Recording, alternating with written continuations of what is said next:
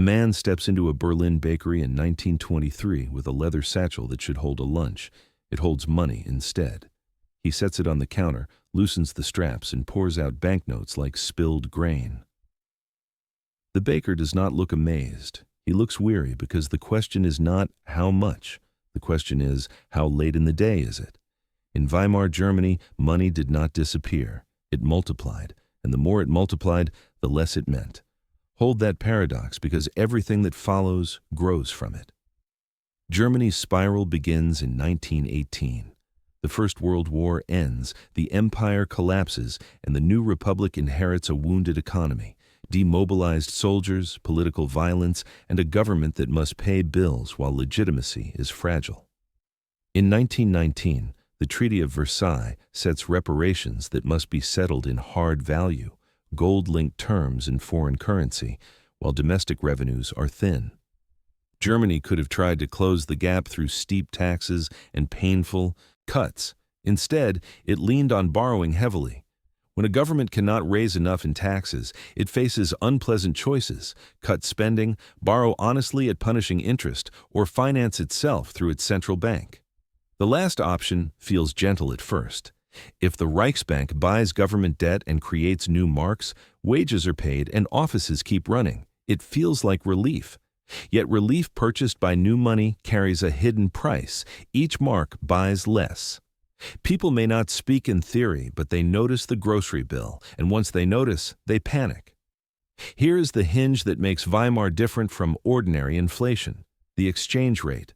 Germany's external obligations were effectively denominated in hard value, while domestic spending was in marks. When the mark weakens, imports become more expensive and reparations become heavier in mark terms. The exchange rate becomes a national heartbeat. When it accelerates, panic spreads. You can feel it in newspapers, in shop windows, and in the new habit of checking rates the way people once checked weather. In 1920 and 1921, prices rise and the mark slides. Businesses complain, workers demand higher wages, and households learn a reflex: spend sooner. Not because they are reckless, but because holding cash feels like watching it shrink. A shopkeeper prices for replacement costs. A worker asks for more pay because bread costs more. A factory raises prices to cover wages. Each round teaches everyone what to expect next, and expectation is the accelerant. Inflation truly accelerates when people act on a forecast. If you believe prices will be higher next week, you buy today. If millions buy today, shelves thin and prices rise faster. If workers expect wages to lag, they demand protection now. If firms expect costs to jump, they raise prices preemptively. Hyperinflation is not only printing, it is the social conversion of fear into speed. Once speed becomes normal, the system begins to outrun its own bookkeeping. Then comes 1923, the year the mechanism turns brutal. In January, French and Belgian troops occupy the Ruhr after Germany falls behind on reparations deliveries. The Ruhr is the industrial heartland: coal, steel, rail, heavy production. Berlin calls for passive resistance. Workers refuse cooperation.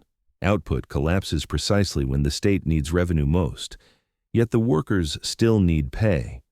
The government chooses to pay them anyway, not with hard money, but with newly created marks. This ignites. The rhythm of daily life changes. Wages are paid more frequently because waiting a month is impossible.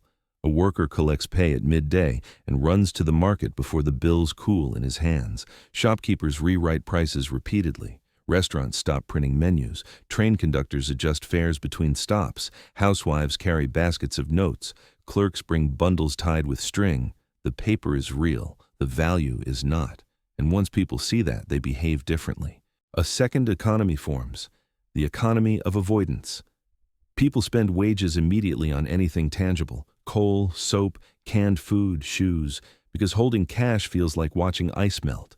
Families trade furniture for potatoes. Farmers become suspicious of paper and prefer goods. Barter returns, not as nostalgia, but as defense.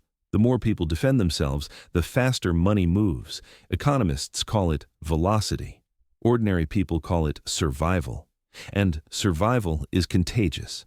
Picture one afternoon in a market. An egg seller keeps a small chalkboard, but he no longer trusts it. He watches the queue, listens for a rumor about the dollar rate, and changes the price with a quick swipe. A customer hesitates, then buys 2 dozen instead of 1. Not because she wants eggs, but because she wants to get rid of paper. The eggs vanish. The seller raises the price again. In 15 minutes, nothing real changed. No new war, no new harvest. Yet the number doubled because confidence collapsed. Now add the poison most people miss: tax lag. A modern state needs taxes to arrive on time. In hyperinflation, tax assessments are based on yesterday's prices, but payment arrives later, in money that buys less. By the time the government receives a tax bill, it cannot purchase what it expected. That gap forces more printing. More printing raises prices. Higher prices deepen the lag. The spiral becomes self-feeding, and the center cannot keep up even if it wants to. The famous images are theatrical: wheelbarrows of cash, stacks of notes, children using bills as play. But the true cruelty is quiet. Fixed incomes die first. Pensioners, widows, civil servants paid on schedules that cannot match price jumps. Their money does not sprint fast enough. While the young race to spend wages, the old watch savings evaporate. A lifetime of restraint becomes paper that cannot buy bread. Hyperinflation does not just change prices, it rewrites fairness. Watch how trust breaks in. Public.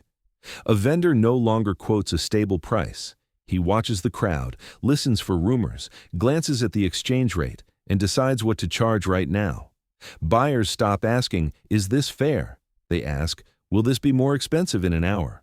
The unit of account stops being a measuring stick and becomes a hot coal. Nobody wants to hold it. Everybody wants to pass it on. And when everyone passes it once, the system accelerates again. When numbers look insane, governments reach for controls, ceilings, limits, directives.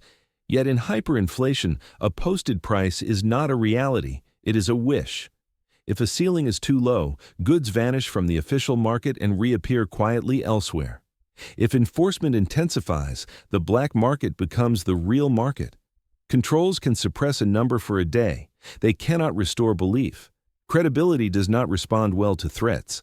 By late 1923, the mark has become a blur of zeros, and then, unexpectedly, the spiral ends. Not because people get used to it, but because a new rule arrives that is visible and credible.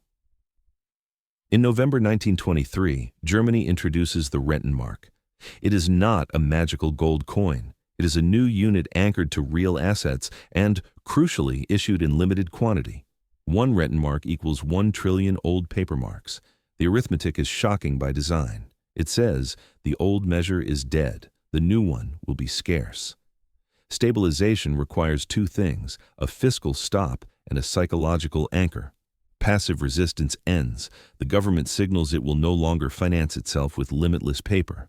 The Rentenmark supply is constrained. People test it in daily life. Prices stop changing hourly. Wages can be paid on schedules again. Merchants restock without panic premiums. Contracts can be written without laughter. Money becomes boring, which is exactly what a society needs to rebuild. Weimar's story is often reduced to a slogan: "They printed too much." That is incomplete.